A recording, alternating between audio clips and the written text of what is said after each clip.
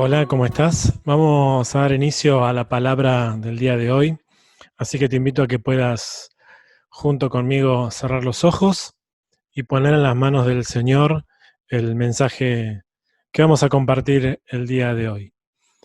Padre, ponemos en tus manos nuestras vidas, ayúdanos, guíanos para que podamos profundizar en tu palabra con la intención de que podamos crecer para transformación de nuestras vidas, de nuestras familias, de nuestros hogares, y que cada cosa que recibamos, que viene de tu mismo corazón, puedan ser cosas que se traduzcan de manera práctica en nuestras vidas diarias, que podamos tener hábitos saludables a través de lo que tu palabra nos guíe, que podamos dejar la vieja vida y que podamos abrazar la nueva vida en un camino constante de crecimiento, y que tu palabra hoy nos pueda alertar de todo lo que necesitamos ser alertados en este tiempo, en tu nombre, Jesús. Amén. Amén. Vamos a empezar hablando en este mensaje sobre Unos ejemplos que quiero dar. El primero de estos ejemplos tiene que ver con respecto a la cría de leones en cautiverio. Si alguna vez fueron al zoológico de Luján, habrán visto que en las jaulas de los leones o tigres hay perros que socializan con los leones, con los animales, y comparten juntos los espacios comunes de encierro. Y esto lo hacen con un motivo especial, con, una, con un objetivo que es que los leones aprendan a socializar con las personas. Es por esto que los que quieren pueden entrar a la jaula, ¿no? Los que quieren, los que visitan el zoológico, pueden entrar a la jaula de los cachorros de leones, por ejemplo, o de tigre, y sacarse fotos con ellos, agarrándolos, levantándolos en los brazos, como si fueran animales domésticos. Y esto es porque los leones, al ser criados con una perra, como mamá, todavía no se han dado cuenta que son leones, todavía no saben cuál es su verdadera naturaleza y por eso socializan como han aprendido. No sé si todavía seguirá esto en el zoológico de Luján, pero siempre que tenemos la oportunidad de ir, vamos y lo vemos. Ahora en cuarentena no se puede hacer, pero esto es lo que sucede con este primer ejemplo, ¿no? Los leones creen que son perros porque han sido condicionados. Son lo que otros les han impuesto para que crean lo que los demás quieren que ellos crean y no lo que ellos son en realidad y están capacitados para hacer. Han sido reducidos y condicionados y esos leones ahí en las jaulas no expresan su verdadera naturaleza y por un lado también da tristeza, ¿no? Verlos desde este punto de vista. Otro ejemplo es la forma que tienen los zoológicos o los que trabajan con elefantes, que desde que son pequeños a los elefantes los amarran generalmente con una soga desde una de sus patas y lo amarran, los atan a un poste pequeño y una soga capaz de retenerlos para que no se escape. Los elefantes son pequeños, pero desde pequeños los acostumbran de esta manera. Los elefantes no pueden liberarse porque todavía son pequeños, entonces luchan hasta que se cansan. Y terminan dándose por vencido sabiendo que esa soga atada a ese poste no los va a dejar escapar. Pierden sus aspiraciones de lucha y se entregan a esta realidad de que no van a poder escapar. Cuando son grandes y los elefantes crecen en tamaño enorme, como ustedes ya conocen, también los siguen manteniendo con la misma soga y el mismo poste, el mismo tamaño, pero lo gracioso o triste de esto es que con semejante fuerza y cuerpo, el elefante con un pequeño tirón ya es capaz de soltarse por su gran fuerza que ya poseen, por su crecimiento. Pero siguen creyendo que no pueden escapar, siguen creyendo que la soga los retiene y ya nunca más intentarán liberarse porque eso es lo que han aprendido. Este último caso es un ejemplo negativo llamado efecto Pigmalión, que es que cuando alguien cree que ya no es capaz de lograr algo, luego de varios intentos nunca más vuelve a intentarlo. Se da por vencido y ya nunca más va a tratar. Las personas desde pequeño han condicionado al elefante para que crea lo que los demás quieren que él crea y no lo que él es en realidad y está capacitado para hacer. Ha sido también, en este ejemplo, reducido y condicionado. La Biblia, con respecto a esto, es clara y tiene mucho para decirnos. Hay un texto en Romanos 12:2 que dice lo siguiente: no se amolden a la conducta de este mundo, al contrario, sean personas diferentes en cuanto a su conducta y forma de pensar. Esto está en Romanos 12:2, lo estoy leyendo en la versión Nueva Biblia Viva, pero Romanos 12:2 en la versión Reina Valera dice: no os conforméis a este siglo, sino transformaos por medio de la renovación de vuestro entendimiento, para que comprobéis cuál sea la buena voluntad de Dios, agradable y perfecta. Efesios 2 también define esto como la corriente de este mundo. La corriente es asfixiante, la corriente te amolda, te hace ver como un perro cuando en verdad eres un león. Tapa tu verdadera naturaleza, te lleva a no ver tu verdadera fuerza. Y a pesar de tener el tamaño y el poder de un gran elefante, una soga pequeña es un límite que no te deja ver tu capacidad, tu fuerza. Esa es la corriente de este mundo. Es una corriente. No conformarse a este mundo, no amoldarse, tomar decisiones importantes contra la cultura asfixiante. No podemos ver cómo nos asfixia, pero nos va amoldando y nos va poniendo en un molde, tapando nuestras capacidades. Y es una tarea terrible nadar contra la corriente, pero es lo que la Biblia nos llama, a nadar contra la corriente, a no amoldarse a este mundo, y nadar contra la corriente tiene como consecuencia que toda la corriente se te viene encima.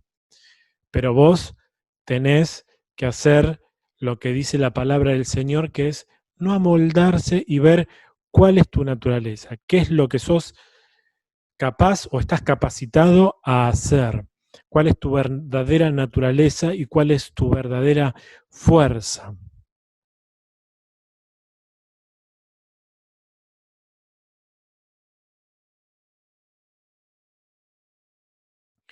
Y quiero que vayamos a un ejemplo en la Biblia, es un ejemplo, una historia bíblica, y quiero que vayamos a esta historia y la voy a contar con mis palabras para que puedan entenderla. En la Biblia hay una mujer llamada Atalía. Ella tiene un hijo, tiene hijos, y el hijo, uno de ellos, el hijo, es el rey. El hijo que tenía es quien era el rey en ese tiempo, y además tenía una hija. La Biblia no dice si era hijastra o si era hija o hijastra, no aclara en este punto, pero se llamaba Josabet.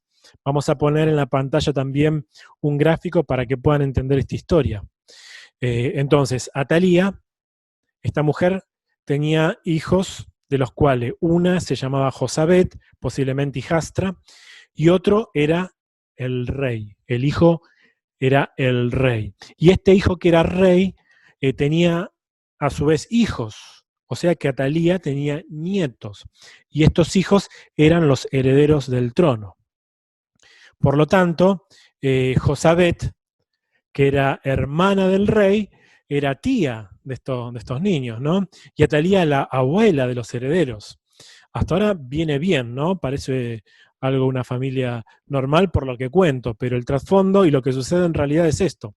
En medio de guerras de tronos, en medio de guerras de reinos, en medio de estas pujas, de estas peleas, contiendas con el reino vecino, al rey, a esta persona que estoy hablando, lo matan.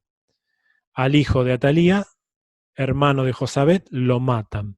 Ahora, no importan las circunstancias de esta muerte porque son complejas, pero les quiero contar que la mamá del rey, Atalía, al ver que su hijo era muerto, decide matar a todos los descendientes reales y extermina a todos los herederos, es decir, a sus propios nietos, los matan. Josabet, la hermana del rey, ve cómo sus sobrinos son asesinados por Atalía. De esta manera, Atalía se queda como reina, usurpa el trono, ella toma el poder total porque ya no había herederos ni nadie que pudiese tomar el poder y ella se queda como reina. Josabet, que es la hija o hijastra de Atalía, es una de las heroínas de esta historia, porque ella, ahora le cuento la otra parte, rescata furtivamente, rescata de manera oculta, como puede, a uno de los herederos del trono sin que Atalía lo sepa. Rescata a uno de los hijos del rey, de su hermano, y rescata justamente a un heredero, a uno de heredero real del trono, y lo esconde antes que lo maten. Esta historia es terrible, es una historia bastante cruel desde este aspecto que estamos viendo, que son historias como hoy en día se pueden ver series de este tipo, series épicas en las plataformas de video de internet, con historias espectaculares. Y en el caso de las épicas bíblicas, vemos registros de hechos históricos reales que muy posiblemente hayan inspirado a muchas de estas series. Y en los libros de historia también podemos ver héroes, villanos, en los libros de historias de la escuela, del colegio, o casi no se leen hoy libros, pero se ven las historias. Hay malos, hay buenos, hay no tan buenos, hay no tan malos, hay buenos que se terminan transformando en malvados, hay villanos que luego dejan de serlo, hay historias de amor, etcétera, etcétera, ¿no? Y en esta historia vemos también registros de cosas que sucedieron y que la Biblia nos narra, pero vemos cómo una decisión cambia el rumbo de la historia. Un dato interesante es que este hijo que rescata, este rey heredero, finalmente es de la ascendencia de Jesús. De sus descendientes van a ser el Cristo, van a ser Jesús. Así que a veces las decisiones importantes que cada uno toma repercute en el contexto, repercute en tu vida, pero repercute aún más allá. Volvamos a la historia, ¿no?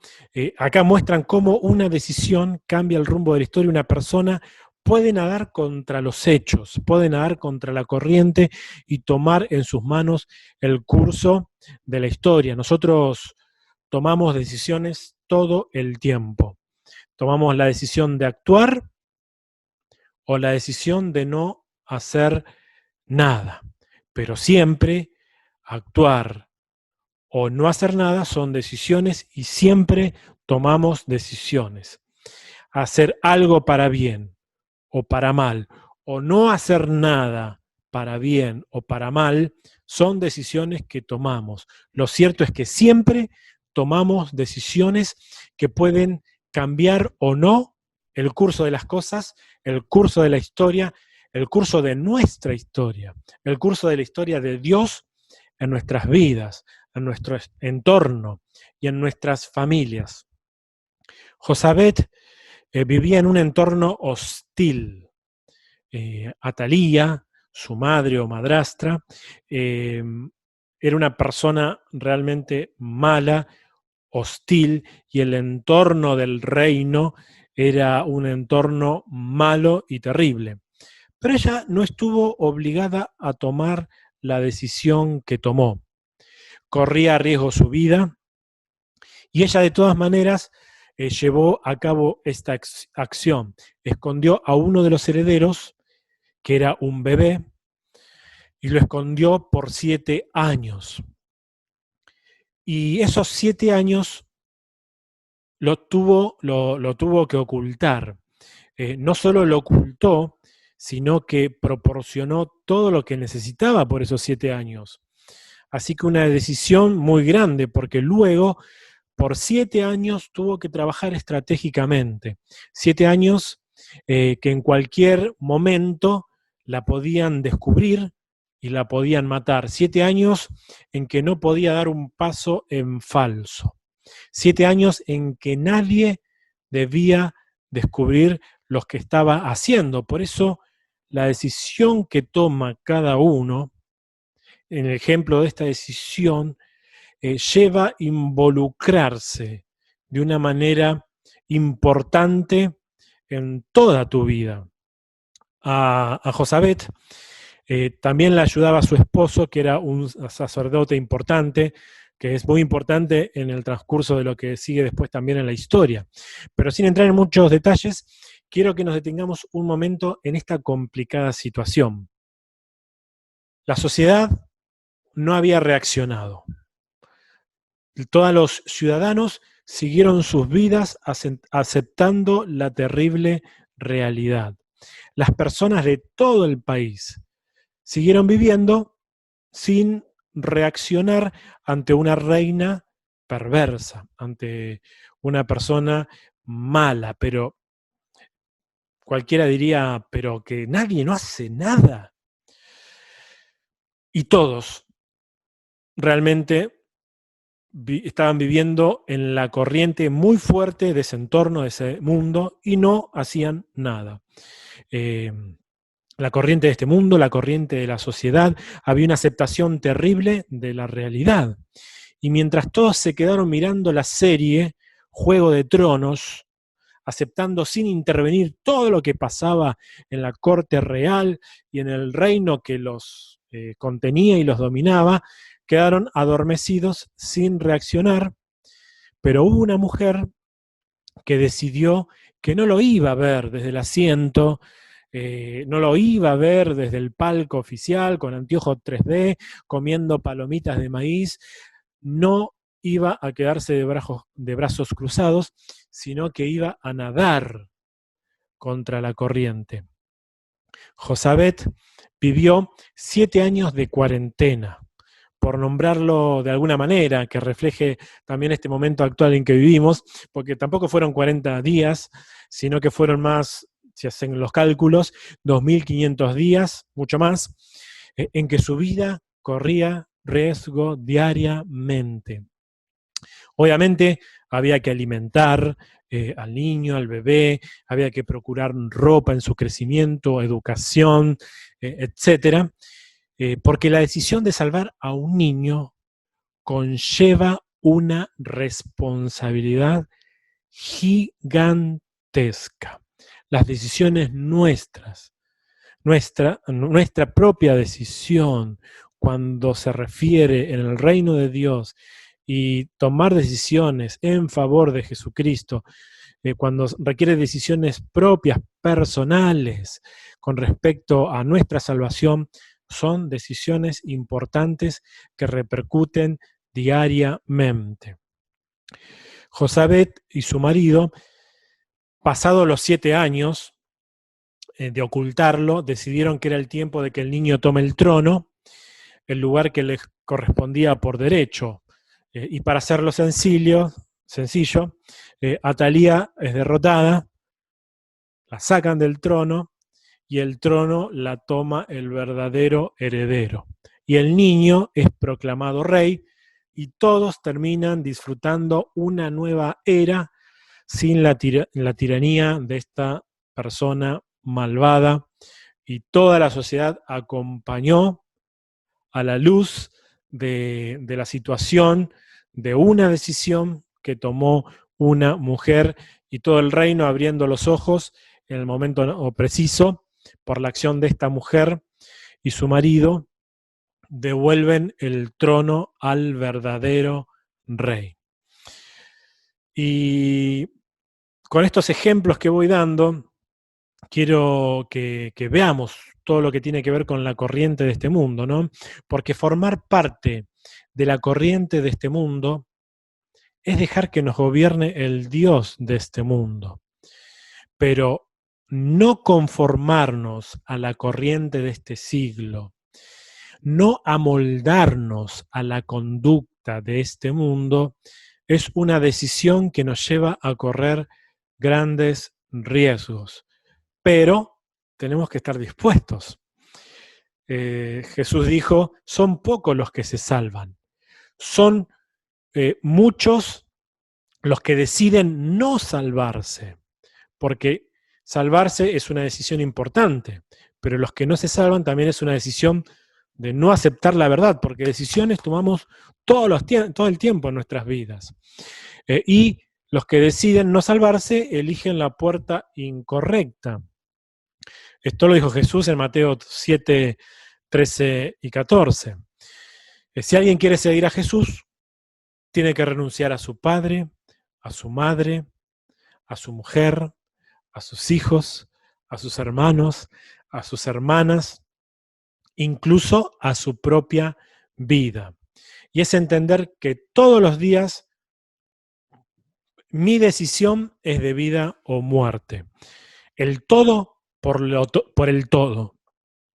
El todo por el todo. Por lo tanto, es una decisión de vida eterna. Y estoy citando textos, en este caso Lucas 14, 26 y 27, cuando el Señor dice, tiene que renunciar a todo y estar dispuestos a incluso renunciar a la propia vida.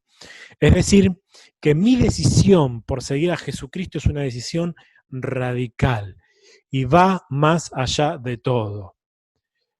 No seguir a Jesucristo también es una decisión que te lleva a la muerte y al mal.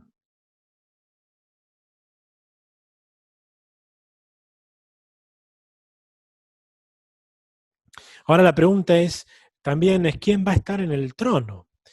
Cada uno debe decidir si renuncia a todo para que en el trono de tu vida esté Jesucristo, o dejar que nos gobierne la corriente de este mundo que lleva directamente a la muerte eterna, es decir, a Satanás. Pero podemos hacer la diferencia, vos podés hacer la diferencia. Y los que hemos tomado la decisión radical de seguir a Jesucristo, podemos hacer la diferencia. Voy a comentar un fragmento de la Biblia con mis palabras y la cita después la vamos a poner en pantalla. Pero esta cita de la Biblia, dicho con mis palabras, dice algo así, como que tenemos una responsabilidad, por eso renunciamos a todo. Seguimos la verdad, que la verdad no es un concepto, sino que la verdad es una persona, y esa persona es Jesucristo. Y debemos mostrar esa verdad con nuestras vidas, con nuestras decisiones, con lo que hacemos. Las personas que están en la corriente de este mundo están cegados por el Dios de este siglo. Por eso, como las personas están cegados en la corriente, por eso debemos asumir la responsabilidad nosotros que vamos contra la corriente y no esconder esa verdad. Ni siquiera debemos modificar esa verdad que es la palabra de Dios, aunque hay muchos cristianos que modifican la Biblia a su propia conveniencia, responderán ante el Señor. Pero nosotros no debemos modificar esa verdad y no debemos esconderla para alumbrar. Si somos responsables y asumimos esta responsabilidad, vamos a alumbrar a los que están en la corriente cegados, para que le resplandezca la luz del Evangelio en sus corazones, en todos sus corazones, en todos los corazones, así como Cristo alumbró en nuestro propio corazón. Por eso tenemos una responsabilidad muy grande. Y el león y el elefante que te conté al principio no podían ver su propia naturaleza, es el ejemplo de la corriente de este mundo. No pueden ver quiénes son y lo que realmente pueden hacer, no pueden ver su propia naturaleza, no pueden ver su propia fuerza y fortaleza. Entonces, este ejemplo que les di, el elefante no podía ver su propia fuerza porque la crianza, la imposición, el sometimiento, la aceptación de una realidad que no es verdad, toda la corriente de este mundo les había imposibilitado a que no vean quiénes realmente eran, quiénes debían ser y quiénes podían ser. Por eso una decisión puede cambiar toda la historia en el reino. Una decisión puede poner al verdadero rey en el trono de tu corazón. Una decisión puede mostrar tu verdadera naturaleza. Una decisión puede mostrar la verdadera fuerza que tenés por causa de que Cristo está en el trono de tu corazón. Así que te invito a que con este mensaje puedas tomar esa responsabilidad de poder nadar contra la corriente y ser la luz de esa corriente, de la cual vos fuiste rescatado. Y ahora es tu responsabilidad que alumbre la luz de Cristo en la corriente de este mundo, para alumbrar a todos con la verdad del Señor. Pero es tu decisión tener la fortaleza y la fuerza de nadar contra todo lo que se venga, y aunque el enemigo se venga como río, dice la palabra del Señor, vos vas a poder estar firme y estar anclado en Cristo, levantando la bandera del Señor. Hacemos una oración. Padre, ponemos en tus manos nuestras vidas. Gracias, Padre, porque tú nos muestras a través de tu palabra la coherencia de una vida plena que podemos vivir si tomamos decisiones importantes, decisiones drásticas, decisiones radicales en nuestras vidas para transformar, Señor, nuestra vida, nuestras familias, nuestro entorno y propósitos aún mayores que van detrás de nuestras decisiones, que muchas veces no las vemos, pero tú en tu fidelidad obras con poder, acomodando todo, Señor, de acuerdo a propósitos mayores. Ayúdanos, Señor, en esta cuarentena, en esta reclusión, en este modelo de vida, en estos días que nos toca vivir, poder, Señor, tomar decisiones importantes, Señor, sabiendo que esas decisiones van a llevarnos a responsabilidades más grandes y posiblemente corre a riesgo nuestras vidas todo el tiempo, porque tenemos un enemigo que anda como león rugiente buscando a quien devorar, pero nosotros sabemos que en tus manos la fuerza que tenemos, que viene de ti, nuestra verdadera identidad, nos mantendrá firmes sobre la roca que eres tú. Ayúdanos, guíanos, Padre, y que nuestras decisiones, Señor, sean de ejemplo para las próximas generaciones. En tu nombre, Jesús. Amén. Y amén. Dios bendiga tu vida.